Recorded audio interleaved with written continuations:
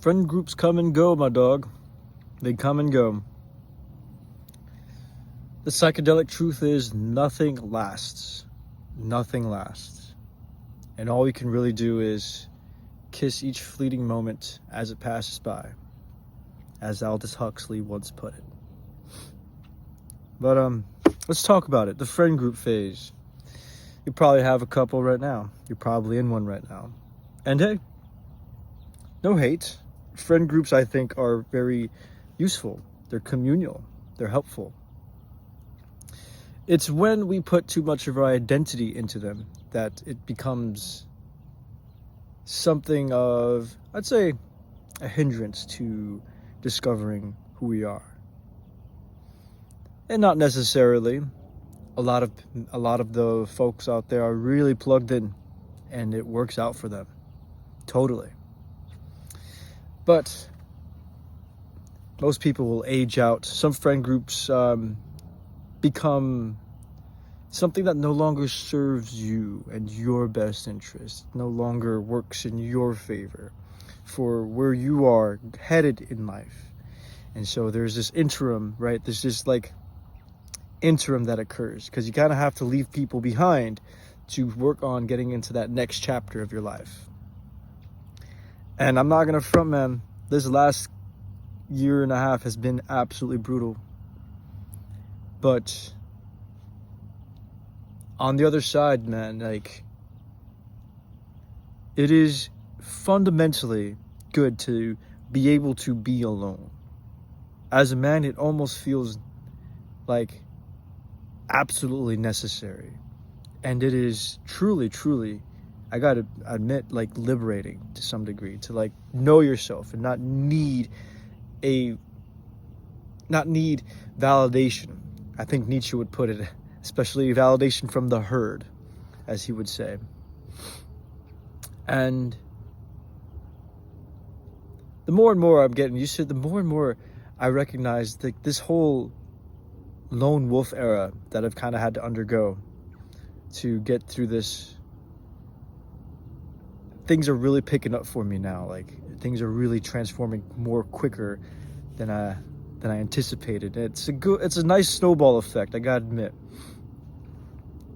But whereas before, like, the optimism, the hopeful, naive, I would say more or less naive, but like sunny, sunshine optimism of the future, like that low-key has been like slapped. Like, the Disney in me was just slapped out of me, and I needed that. I really did, because now what I've gotten is this point of like nothing to lose, and it just feels like that fucking Nietzschean dry, cold winter confidence, just this sort of stillness. And it gets to me from time to time, but I gotta admit, I low-key feel like you get to this point where you start feeling a little bit like, what's his face, Nick Fury, because now you're being more selective. You gotta be more selective with your homies, with your dogs, right? I'm looking for homies who click. Okay, our perspectives, yeah, we can like, of course, your unique perspective is really, really important. But to be able to have that like lock and steps perspective, that's gonna be really fucking important. That's gonna be ideal as hell. Because a lot of the times, yeah, you just vibe, and you get homies who you can just have fun with. But to have homies that you can have fun with, but also build with and collab with. Now, to me, that's squad. You know, whether it's y'all working out, you're hitting the gym, or y'all working on something, helping each other improve in some way, shape, or form. That's what I'm talking about. And I'm at that point in my life now where I'm hella selective, man. Hella selective. It's like, I know which homies are good at what, and I will know what they do. Let's bring the best out of each other. Let's look out for each other. But I swear to God, though, it's kind of strange because I went through this process. This process, and you know, like, these dogs just start spawning, bro. They just start spawning in places you just start hanging out at, And to me, that's like that calling, which is like, all right, I keep seeing this dude more and more. There's something about it. There's something about it. Is this homie? Is this a homie in the making?